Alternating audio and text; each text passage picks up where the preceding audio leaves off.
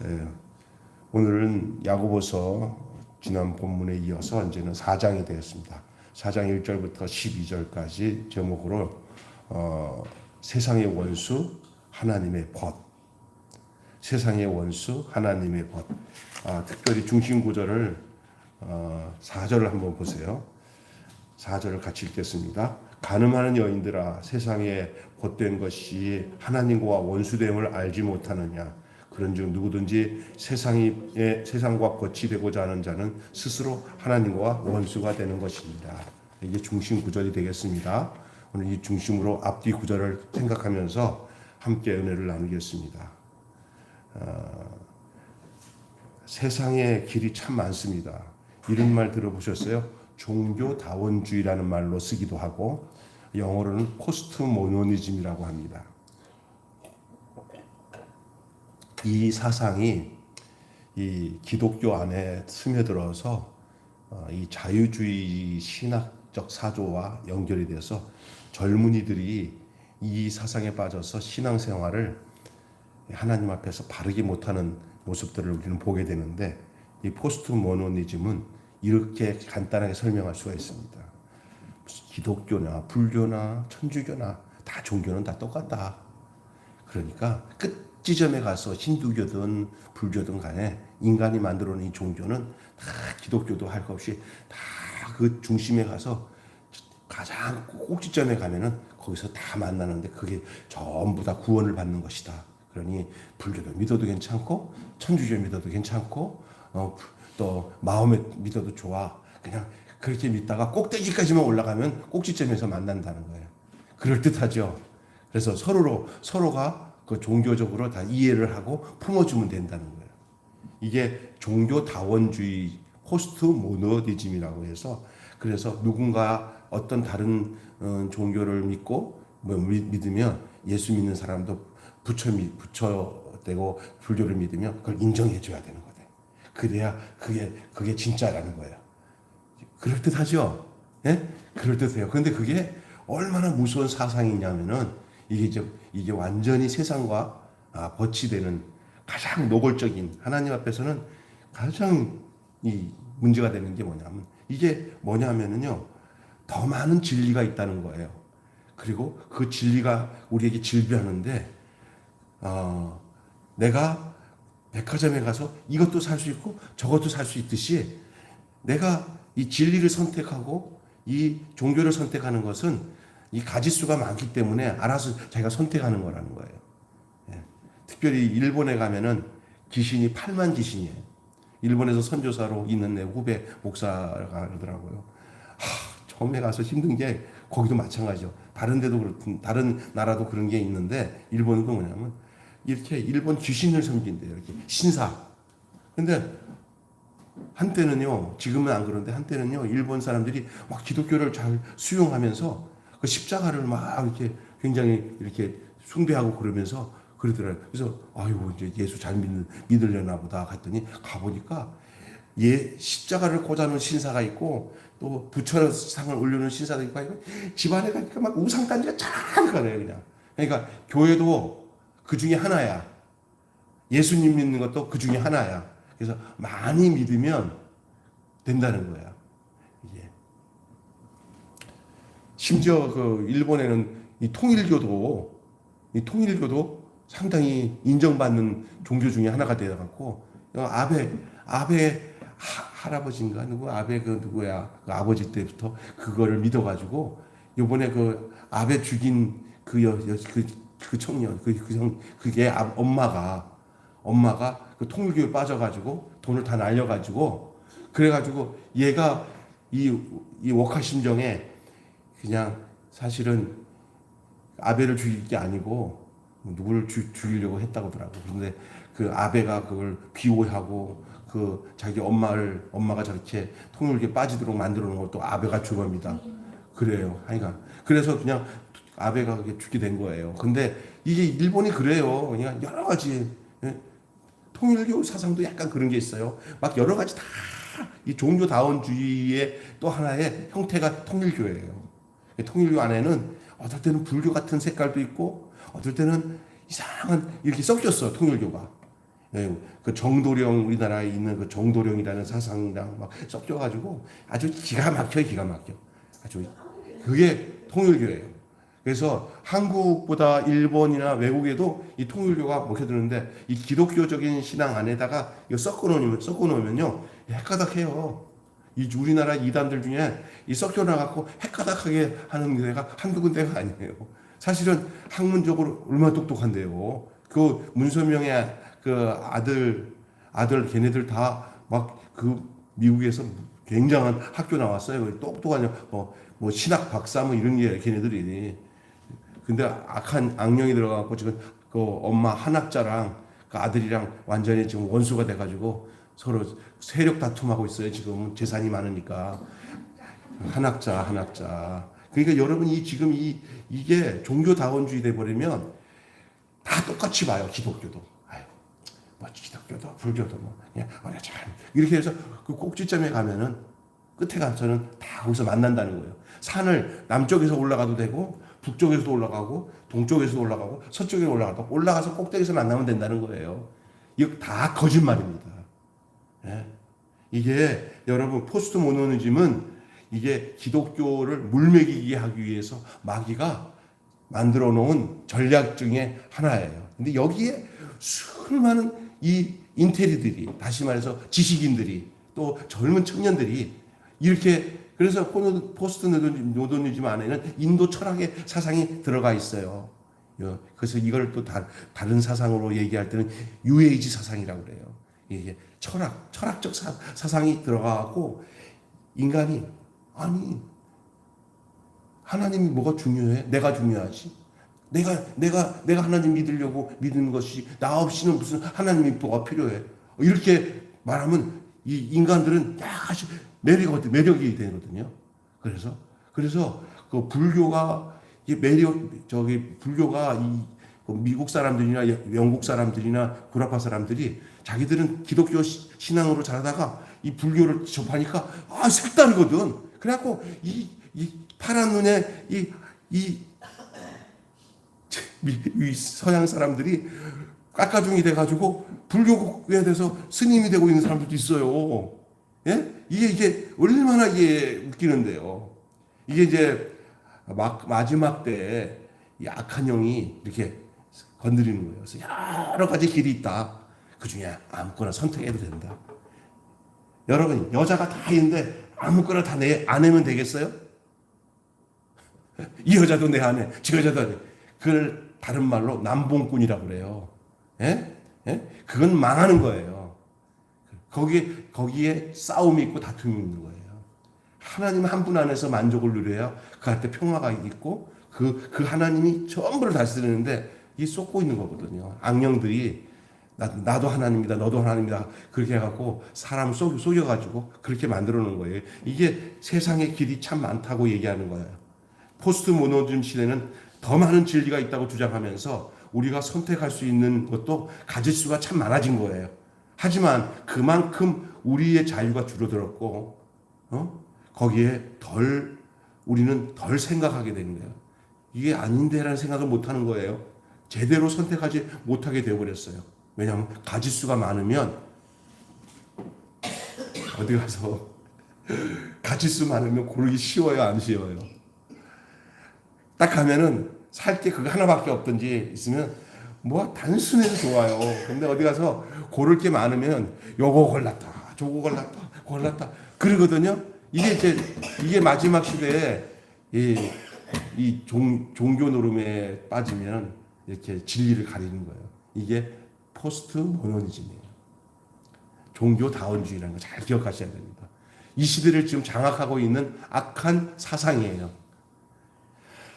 이 젊은 우리의 자녀들이 이 사상에 너무 많이 빠져들어가는 거예요. 하지만 길이 여러 군데 있는 게 아니라 길은 두 개밖에 없어요. 오늘 본문에서 그 얘기를 합니다. 길은 몇 개밖에 없다고요? 두 길이 있어요. 하나님으로 가는 길, 세상으로 가는 길. 두 길밖에 없는 줄로 믿습니다. 많은 길 같은데 두 길이에요. 결국은 하나님의 벗과 원수 하나님의 법과 하나님에게 원수가 되는 가르는 기준이 무엇인지 여러분을 기억하셔야 됩니다. 우리에게 두 가지 길밖에 없어요. 하나님의 벗이 되든지 아니면 하나님의 원수가 되든지. 오늘 본문 말씀 14절의 말씀입니다. 14절 4절의 말씀입니다. 가늠 많은 여인들아 세상과 벗된 것이 하나님과 원수됨을 알지 못하느냐. 그런즉 누구든지 세상과 벗이 되고자 하는 자는 스스로 하나님과 원수가 되는 것입니다. 결국은 하나님과 원수된 사람들은 바람난 여자가 그냥 자기 집 구석 다 내팽개치고 춤바람 나서 집 제쳐놓고 돌아다니다가 망가지는 사람, 뭐 여자만 아니라 남자도 그렇지만 그렇게 망가지는 거예요. 세상에 벗이 돼버리면 그렇게 되는 거예요. 세상이 만만치 않습니다. 세상이 수단 방법을 가르치는 게 세상입니다. 그래서 여러분 오늘 제가 여러분과 함께 나눌 내 말씀의 제목은 이렇게 나눠집니다. 세상 지혜, 성령의 지혜 어느 것인가? 페이퍼에는 잘못 나오는데 세상 지혜, 성령 지혜 이렇게 되어 있습니다. 세상 지혜와 성령이 준 지혜. 오늘 본문 말씀 중에 이 말씀이 나와요. 5절에 보면 시작. 너희는 하나님이 우리 속에 거하시게 하신 성령이 시기하게까지 사모한다 하신 말씀을 헛된 줄로 생각하느냐. 세상으로 나는 지혜, 정욕적이고 다툼이 있고 시기가 있고 막 정신이 없습니다. 싸움판입니다. 성령이 오는 지혜는 그와 정반대입니다. 성령이 인간은요 세상의 지혜와 육신의 정욕의 지배를 받는 욕심에 이끌려 싸움과 다툼을 만들어내는 것이 세상 지혜입니다. 세상 지혜가 아주 노골적으로 드러나가지고 우리 눈에 완전히 나타나는 곳이 뭐냐면은 정치판입니다. 요즘엔 정치를 보면은 이게 이거예요. 정치판 보면은 딱 보여요. 근데 이게잖아요. 성령의 지혜가 없으면요. 이 세상 지혜 안에서 온갖 술수와 방법을 가지고 사람을 짓밟고 거짓말하든지 곤모술수를 써하든지 어떻게 해서라는데 어떻게 하든지 쟁취하면은 이기는 거야 세상은. 어떻든 간에. 나는 얼마 전에 대통령을 선거하는데도 보면은 좋은 사람을 뽑는 게 아니라 덜 악한 사람을 뽑는 거예요. 정말 투표를 하면서 세상에 마음에 팍 드는 사람을 찍는 게 아니라 그래도 걔보다는 얘가 낫다 해가지고 찍는 거예요. 그냥 이게 세상이 이 정도니까 얼마나 힘들어요. 욕심에 이끌려서 다툼과 싸움이 끊이지 않는 것이 세상 지혜가 내놓은 결과예요. 거기에는 참된 만족도 없습니다. 응답도 없습니다. 삶의 변화도 없습니다. 가면 갈수록. 아이고 나이가 30대도 된 데다가 갑자기 당 대표를 해놓으니까 얘가 학교를 많이 하고 공부를 잘했는데 얘가 참 그래도 좀 반듯해가지고 미래를 생각하면서 이 나라에 떠오르는 색별로서 정말 저는 진짜 우리가 희망을 거둘 수 있는 귀한 청년이구나 이렇게 생각하면 얼마나 미래가 밝겠습니까만 아이고 그 젊은 나이에 행동하는 것은 못된 것을 다 배워갖고 우리의 구태한 그 선배 70 넘은 80 가까이 되신 어르신들이 하는 짓보다도 더 징그럽게 느글느글하게 행동을 하면서 정치판에서 행동하는 모습을 보면서 결국은 그보다 나이 많은 형들의 눈에 가시가 걸려가지고 저 새끼 저거 완전히 깨끗한 줄 알았더니 하고 자기가 사람들한테 계속 공격당하는 게 의로워서 공격당한다고 생각하면 착각이에요. 얼마나 자기답지 못한 행동을 많이 했으면 그 위에 그 형벌되는 사람들이 우리가 얼마나 하겠냐 저런 애는 키워야지 잘해야지 이런 생각을 갖도록 하는 게 지혜로운 건데 저거 봐라 이거 나이 젊은 게 완전 이건 뭐 안에 이거 뭐 90대 노인도 아니고 이건 완전히 이렇게 느껴질 정도로 되니까 살 길이 없는 거 걔가 겸손해야 되거든요. 그러니 참 안타까워. 똑똑하고 안타까워. 맑고 깨끗한 젊은 세대 이런 사람 나와야 돼요. 나는 뭐지? 우리 아들 뭐 이렇게 그 하는 프로그램 있어요. 그 아이 잘 들어봐. 진짜 중요한 거야. 다 그 하나님 말씀과 연결된 거야. 그 청년 하나 있어. 우리 교회 같은 애들 보면은 벌써 야 이게 우리 미우새에 나온 애 있어. 이게 야, 이게 진짜 애가 이렇게 탐욕적이지도 않고 욕심도 없고 그러면서 그 기독교적인 신앙이 딱 돼 있어요. 하나님 저런 애가 나라의 대통령으로 나가도 나라가 살겠습니다. 할 정도 느낄 정도래요. 걔가 뭐 하느냐면 시온이라고 있어요. 나온 애가 우리 집 사람들 보면서 야 쟤는 진짜 괜찮다. 이런 청년들이 있어요. 예. 정치판이라고 더럽다고 해서 내가 이 더러운 정치판에서 더러워질 생각한다면 안 되고 들어가서 맑은 샘물을 터뜨려 놓을 수 있는 사람으로 들어가야 되는 거예요. 내가 들어가서 거기에 꾸정물이 되지 말고 나 때문에 그 더러운 오물이 그 더러운 곳에 그 샘물이 터져가지고 그 꾸정물들이 이 터진 샘물로 쫙쫙 밀어낼 수 있는 사람 그런 청년이 나와야 되는 거예요. 정말 답답한 거예요. 내가 진짜 젊었으면 근데 이렇게 마음에 이런 의지가 있고 있어도 들어가서 감당 못하니까 결국은 이게 뭐냐 세상 지혜에 묻혀 있느냐 하나님으로부터 성령의 지혜에 있느냐 그 차이가 얼마나 중요한지 우리 얘기해 주고 있는 거예요. 성령은 시기하게까지 우리를 사랑하셔요. 어떻게 사랑하시냐? 세상에 물들지 않기 위해서 세속적인 생각으로 접근해가지고 다툼과 싸움을 일으키면서 욕심을 부리면서 욕심 있는 곳에 싸움이 있는 거예요. 왜 싸운지 아세요? 욕심이 있어 싸우는 거예요. 내가 보니까 싸움판에 싸움이 생기기 전에 먼저 나타나는 현상이 뭔지 아세요? 그 속에 욕심이 있는 곳에서 싸움밖에 없어요. 교만한 자들이 모이면 싸워요. 한 사람이라도 겸손하면 교만한 자 앞에서 싸움 안 하고 그냥 싹 사그러져요. 내가 잘못했습니다. 일단은. 근데 같이 욕심 있는 사람들이 있으면 불튀기게 싸우는 거예요. 그리고서 뭐라는 줄 알아? 서로 하나님의 이름을 들먹이면서 저주해요.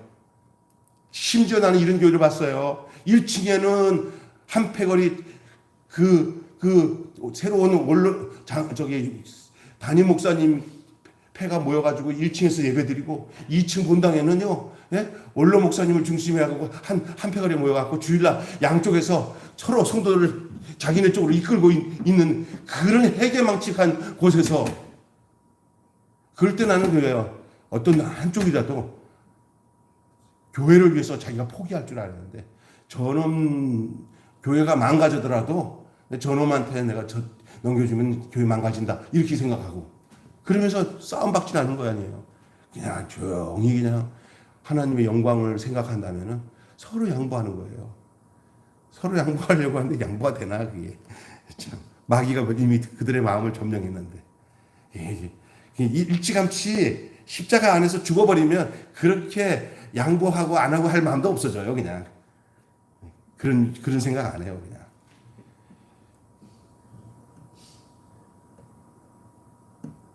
세상 지혜와 정욕을 따라 간음의 지금 세상 지혜와 성령에 대한 지혜를 얘기합니다. 그래서 그 성령에게 통해서 그 영을 받은 우리도 이 십자가의 그 사랑으로 세상을 사랑하고 용서하고 품게 되는 거예요. 성령이 나를 시작해 사랑하면은 그 사랑을 받은 그 사람은 또한 성령님께서 하셨던 것처럼 내 안에서 그 마음을 갖고 이 세상을 향해서 그들을 사랑하고 용서하고 품습니다. 샬롬을 심는 거죠. 세상 지혜는 계속 다툼이 끊이지 않습니다. 세상 지혜의 결과. 그런데 성령으로 온 지혜는 계속 평화를 만들어요. 평화를 심어요. 그래서 이런 노래가 있잖아요. 주여 나를 평화의 도구로 써주소서. 이것이 성령이 시기할 것이 사모하는 자들에게 나타나는 증상이 평화의 도구가 되는 거예요. 거기는 다툼이 없습니다. 그 지혜가 이 땅에서 난 게 아니라 하늘에서 내려왔기 때문인 줄로 믿습니다. 자, 두 번째는요. 오늘 본문의 말씀 아까 4절을 중심으로 하는 말씀인데 하나님의 벗, 하나님의 원수. 그럼 어떤 것이 하나님의 벗이고 어떤 것이 하나님과 원수냐? 또 어떤 것이 세상 지혜고 어떤 것이 성령의 지혜냐? 이 얘기를 하면서 하나님의 벗, 하나님의 원수. 하나님은 오늘 본문에 얘기합니다. 어떤 자가 하나님의 원수가 되냐? 교만한 자. 마귀의 또 다른 이름은 교만입니다. 마귀의 또 다른 이름은 교만입니다. 자기 위치를 이탈하는 게 교만입니다. 자기 위에 아무도 없어요. 자기가 최고예요. 그리고 심지어 하나님 앞에서도 하나님과 비교본다. 하나님도 내가 이겨먹겠다 하는 게 교만이에요. 교만이 뭡니까? 하나님 위에 서는 게 교만이에요. 그래서 교만한 자를 하나님은 용납을 할 수가 없어요. 그래서 하나님은 교만한 자를 물리치십니다. 대신 겸손한 자에게 은혜를 베푸십니다. 겸손한 자. 자기는 아무것도 아니라는 사실을 알고 하나님 없이는 하나님의 인도하심을 살 수 없다고 고백하는 자. 그렇기 때문에 이 사람은 자기가 아무것도 아니라는 것 사실을 알기 때문에 어떤 누구에게도 주장하거나 다스리려고 하지 않습니다. 서로 섬기려고 하고. 이 은혜가 있어요. 낮은 마음이 높은 데 있지 않습니다. 낮은 데 있습니다. 은혜는 물과 같아서 높은 곳에서 낮은 곳으로 흐르게 되는 줄로 믿습니다. 그래서 낮은 마음을 가져야 위에서 흐르는 은혜가 내게 흘러 들어오게 되는 줄로 믿습니다. 어찌 물이 위로 올라가는 물이 있겠습니까? 물이 위에서 아래로 흘러내리지. 하나님의 은혜는 물과 같아서 낮은 곳에 있는 곳에 물이 고이고 모이게 되는 줄로 믿습니다. 그게 하나님의 은혜를 베푸심입니다. 그들을 벗으로 삼아서 동행하십니다. 이렇게 낮은 자세로 있었던 사람들을 하나님이 그들을 벗으로 삼았어요. 다윗을 벗으로 삼았어요. 아브라함을 벗으로 삼았어요. 이삭을 벗으로 삼았어요. 그들은 언제든지 누군가 다투지 않았어요. 자기들이 도리어 손해를 보도 하나님께서 복을 주시는 분은 하나님이시라고 생각하고는 이삭 같은 경우는 계속 양보하잖아요. 양보해요. 아브라함은 조카에게도 양보했어요. 예. 자기의 모든 인생을 자기가 만들어 간다고 생각하는 사람이 교만한 자고 내 인생을 하나님께서 이끄신다는 사람이 겸손한 자인 줄로 믿습니다. 이럴 때 하나님께서 그를 벗이라고 하는 거예요. 하나님은 벗이라는 것도 싫으면 같이 동행 안 해요. 좋으면 같이 동행하죠. 세상의 지혜와 정욕을 따라 간음의 길을 고집하는 이들은 하나님 물리치셔요. 그래서 이 간음이라는 것은 영적 간음인데 하나님 말고 우상을 좋아하는 거예요. 세상을 좋아하는 거. 예. 그래서 이스라엘 백성들이 간음짓을 했잖아요. 아세라와 바알을 섬기고.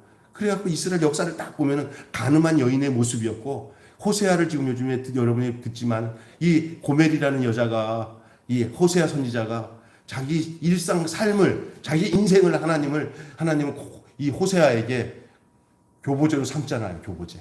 호세아가 하나님이고 가늠한 여인이 이스라엘, 고멜이라는 부인이 이스라엘의 모습을 보여주고 있는 거 아니에요. 그냥 그래도 하나님은 끝까지 이 호세아가 이 고멜을 사랑해가지고 품고 또 돈 주고 사오고 또 사오잖아요. 바보예요, 바보. 그런데 그게 바로 이스라엘을 향한 하나님의 사랑이라는 거예요. 할렐루야. 야, 여러분 이게 진짜 중요한 것은 세상 지혜와 정욕을 따라 간음의 길을 고집하는 이들을 하나님은 결국은 물리치셔요. 결국은 물리치세요. 하나님은 어디까지 인내하시겠어요? 하나님께서 인내하실 만큼 그에게 허락하는 그 시간들을 하나님만 알고 계셔요. 그러나 하나님은 그래도 끝까지 한 영혼이라도 돌이켜서 하나님 품으로 돌아올 때까지 하나님을 기다리시는 분인데 그러나 그 뒷부분을 아셔야 돼요. 하나님의 때가 있어요. 하나님께서 이 때가 끝났다라고 하는 하나님의 때가 임하면 그때는 더 돌이킬 때가 없어요. 방주도 열려 있을 때가 있었지만 닫히고 난 데는 다시 열어줄 수가 없어요. 왜냐하면 끝났기 때문에. 우리 여러분, 우리의 인생에 하나님이 문을 닫기 전에 하나님이 문 열어줬을 때 들어가서 우리가 예수 그리스도로 영생을 얻고 구원을 얻고 당신의 백성이 되고 하늘의 지혜를 가지고 사는 사람이 되었다는 사실이 얼마나 감사한지 말로 다 할 수 없는 줄로 믿습니다. 하나님은 이렇게 고집부리는 이 교만한 자를 물리치시지만 겸손한 자에게는 은혜를 베푸신다는 것은 이건 소망이에요. 이건 희망이고 축복이에요. 그러면 우리가 어디에 거해야 되겠어요? 겸손한 자로 거해야 되지. 은혜를 얻는 자로 거해야 되는 거예요. 이거 어떤 사람이 겸손한 자냐? 그 악한 길에서 돌이켜서 회개해서 하나님, 나는 하나님 외에는 살 길이 없습니다 하고 손들고 돌아오는 자가 겸손한 자고, 이 세상에 어떤 수천억 수만 금을 다 지불하더라도 내가 겸손해져서 교만한 삶에서 벗어나서 회개하여 예수 그리스도로 말미암아 당신의 백성이 되어서 하늘의 지혜로 사는 이 사람이 됐다면은 이 세상에 어떤 것을 지불해도 아깝지가 않은 줄로 믿습니다. 욕심이 사라집니다. 우리 리봉 집사님이 기도할 때마다 하는 기도가 하나님 한 분이면 족합니다. 하나님 한 분이면 족합니다.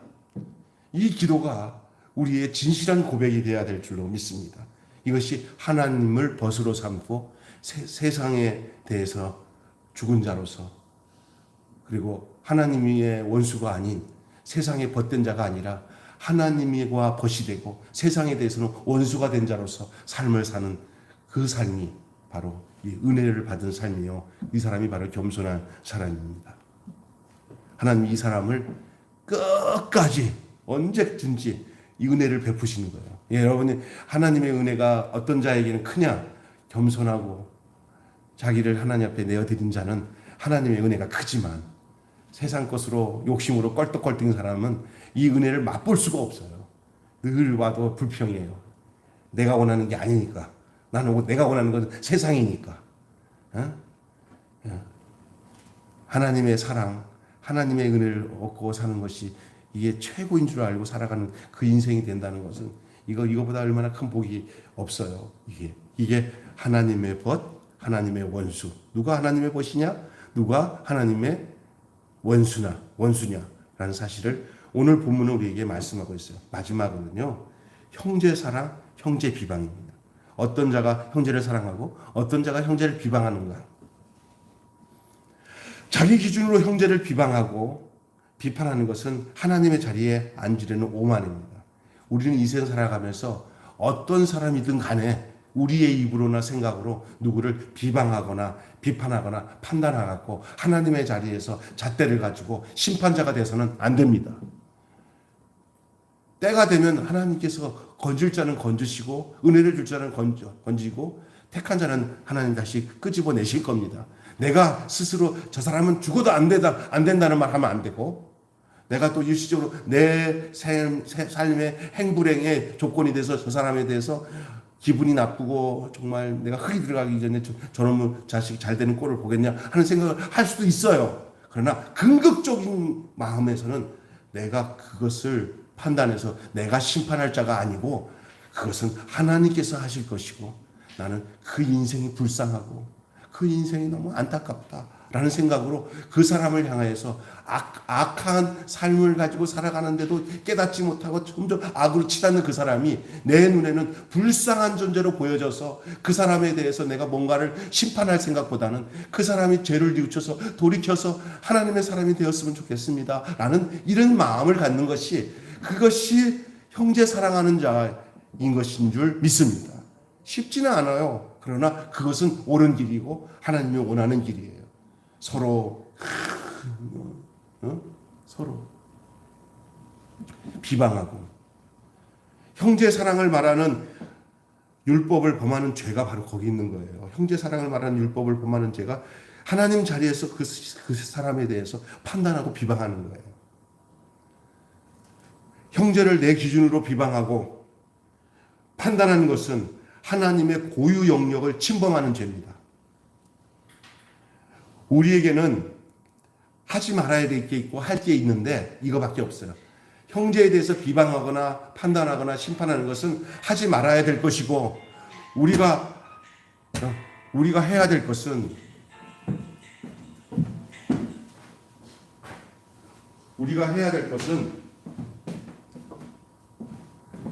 그냥 무조건 사랑하고 용서할 것밖에 없어요. 두 가지밖에. 길이 두 가지로 나눠지듯이 무슨 길이냐? 세상의 길로 가냐? 하나님께로 가느냐? 이 두 길밖에 없어요. 마찬가지로 내 인생에서 하지 말아야 될 길, 그것은 뭐냐? 형제에 대해서 하나님께서 행하시는 심판권을 침범하는 일, 그건 하나님의 고유권 아니에요. 그거는 우리가 하지 말아야 돼. 꼭 해야 될 건 있어요. 하나님 이거는 권장하셔요.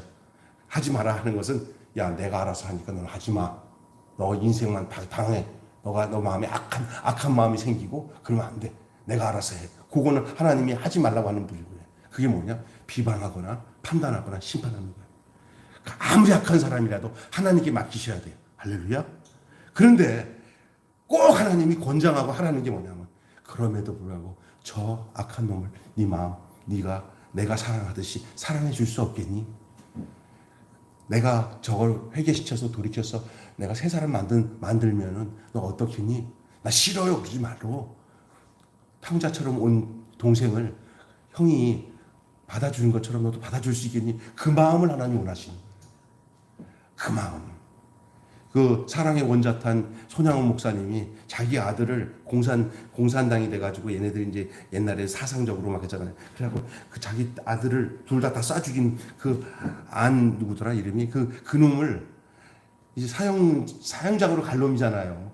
근데 우리 아들 미국 가려고 했는데 천국 보낸 저 친구 살인자지만 내가 양아들을 삼겠다고 해가지고 죽지 못하게 하고는 그걸 데려가서 양아들 삼아가지고 신학을 보내서 목사 만들었어요. 그게 사랑의 원자탄 손양훈 목사님이에요. 그게 바로 뭐냐? 이거예요. 오늘 이 말. 형제 사랑, 형제 비방. 하나님의 고유 영역을 침범해서 저놈 자식, 내 아들 죽인 놈 저걸 능지처참해서 죽여야 돼. 내가 지금 저놈 이랬으면 이 사랑의 원자탄인 손양훈 목사님이 우리에게 기억이 되겠어요? 그러나 그게 아들은 저놈이 총 쏴서 죽였지만 총 쏴 죽인 저놈을 내가 양자로 삼아서 내가 하나님의 종으로 세워서 내가 그렇게 해. 이게 하나님의 사랑입니다. 이게 쉽지는 않지요. 당신 보고 김병수 목사가 그렇게 할 수 있겠어? 나는 내가 한다는 얘기는 아니에요.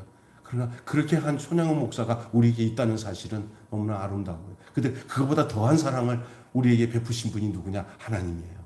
자기 아들을 죄인된 우리를 살리시기 위해서 내어주신 하나님의 사랑인 줄로 믿습니다. 이 은혜를 베푸신 거예요. 여러분, 우리가 할 수 있는 일은 사랑하고 용서하는 것밖에 없어요. 왜냐하면 그 사랑과 용서가 크기 때문에 내가 안 할 수가 없는 사랑이고 안 할 수 없는 용서예요. 심판은 오직 하나님만 하십니다. 여러분, 하나님의 벗은 하나님이 옳다고 믿고 그 곁을 지키며 그분이 가신 길을 가고 그분의 원리대로 그분의 질서대로 나와 타인을 대하는 자가 바로 하나님의 벗입니다. 하나님의 벗은 친구를 보면 그 친구를 안다고, 하나님이 내 친구가 됐다고 할 때는 내에게 어떤 현상이 나타나냐면 친구와 똑같은 행동을 합니다. 그게 친구가 가진 사상, 여러분 친구가 될 때 보면요 가지고 있는 생각과 사상이 같아야 이 친구가 같이 돼요. 신앙적인 색깔로. 대화를 나누면 계속 얘기가 돼요. 그리고 마음이 통해요. 그게 친구예요. 미국에 가 있는 우리 김인승 목사 같은 경우는 한번 서로 만나서 얘기하면 그냥 마음이 서로 이렇게 맑게 느껴져요. 서로가. 이게 친구예요. 친구. 그리고 어떤 마음을 가지고 사는지 이게 친구란 말이에요. 하나님이 그리고 그 어떻게 살아야 되는지에 대한 해답이 그 친구를 통해서 서로가 느껴지는 거예요. 그의 비전이 내 비전이요. 그의 마음이 내 마음이에요. 그게 하나님과 나와의 친구 관계예요. 하나님의 마음이 내 마음이에요. 내 마음이 하나님의 마음이 된다면 얼마나 아름답습니까? 근데 그 삶이 뭐냐? 그 친구의 원리대로, 그 하나님의 원리대로, 하나님의 그 질서대로, 그 타인을 대하는 모습이, 대하는 모습이. 탕자 얘기를 죄송하지만 큰아들이 아버지가 가졌던 그 탕자 둘째 동생을 사랑하는 마음을 대하는 것을 애가 딱 느끼고 형이 꼭 아버지 같은 마음으로, 야, 야, 너 아버지가 얼마나 노심 추사인지 몰라. 나도 너 가고 난 뒤에 처음에는 기분이 나쁘고 원망하고 이 새끼 말이야 막 이랬다가 한참 지나다가 아버지 모습 보니까 네 돌아왔더니 내가 얼마나 사는지 이제 아버지가 편하게 생겼어. 아유, 너는 잘했다. 야, 이전 거 다 잊어버려. 이제 형이 내가 많이 도와줄게. 이러면서 동생을 돌보면 그것을 지켜보고 있는 그 아버지가 큰아들 딱 볼 때마다 야, 네가 나랑 똑같네 마음이. 할렐루야? 어? 이렇게 되는 거예요. 근데 오늘날 또 보면은 텃세 부리면서 저놈의 자식은 이뻐하는 마음이 없어. 그냥 경쟁하는 마음밖에 없어. 이런 게 이게 정말 아닌 것 같은데 하나님의 이름으로 자기밖에 모르는 거야. 하나님 언제 자기밖에 모르는 하나님 되려고 너와 관계를 맺었어. 하나님의 마음이. 그래서 저주를 해도 하나님의 이름을 막 저주하고 막 이런 사람들이 한두 명이 아니야. 이건 아니에요. 하나님의 마음은 모두가 하나님 같은 마음으로 품는 거예요. 하나님은 사랑이시에요. 우리는 사랑할 수밖에 없고 용서할 수밖에 없는 사람이라는 사실을 알아야 돼요. 그러나 세상 지혜로 가득 찬 사람들은 반대로 어떠냐? 그것으로 다 무장이 돼가지고 서로 편을 가르고 차별하고 파괴하고 판단하는 자들이에요. 그리고 하나님께서 그 사람들에 대해서는 어떻게 하냐? 종국에 가서 낮춰요. 교만한 자들은 얼마 안 가서 다 드러나더라고요. 다 낮추더라고요. 그러나 겸손한 자는 하나님께서 그를 그 빈핍한 그 터전에서 그를 다 일으켜 세워요. 하나님. 틀림없는 사실이에요. 여러분, 하나님이 함께 하시는 교만한 자가 되고 은혜를 흠뻑 받을 수 있는 겸손한 자가 되시기를 주님의 이름으로 축원합니다. 하나님은 교만한 자를 물리치시고 겸손한 자에게 은혜를 주신다 그랬어요. 한마디로 말씀을 마치겠습니다. 우리에게는 여러 길이 없어요. 두 가지 길밖에 없습니다. 하나는 하나님의 벗이 되든지 아니면 하나님의 원수가 되든지. 오늘 이 시편 말씀이 시편 아니라 오늘 이 야고보의 말씀이 바로 그 말씀입니다. 하나님의 벗이 되든지 하나님의 원수가 되든지 그것이 우리에게 달려 있어요. 오늘 말씀을 듣는 여러분에게는 겸손하여져서 여러분의 심령에 날마다 은혜의 강이 흘러서 하나님이 원하시는 그 원리대로 그 하나님이 원하시는 그 질서대로 차별 없이 사랑하는 마음으로 가득 차게 해달라고 그러고 독한 마음이나 시기하는 마음이나 다툼의 마음이 어디서 나오냐? 욕심에서 나오고 정욕에서 나오는 거예요. 그것을 다 십자가의 정과 욕심을 못 박아버리시는 여러분 되셔서 성령에 따라서 성령에 이끌려서 사는 여러분 되시기를 성령의 마음이 여러분 속에서 역사하는 대로 사시기를 주님의 이름으로 축원합니다. 기도하겠습니다. 하나님 아버지 이 저녁에 세상의 원수 하나님의 벗이라는 말씀으로 우리에게 은혜를 나누게 하심을 감사합니다. 하나님의 법과 하나님의 원수가 되는 이것을 가르는 기준이 무엇인지를 우리에게 말씀해 주시니 감사합니다. 세상의 지혜, 성령의 지혜, 하나님의 벗, 하나님의 원수, 형제 사랑, 형제 비방 이렇게 두 가지 길밖에 없습니다.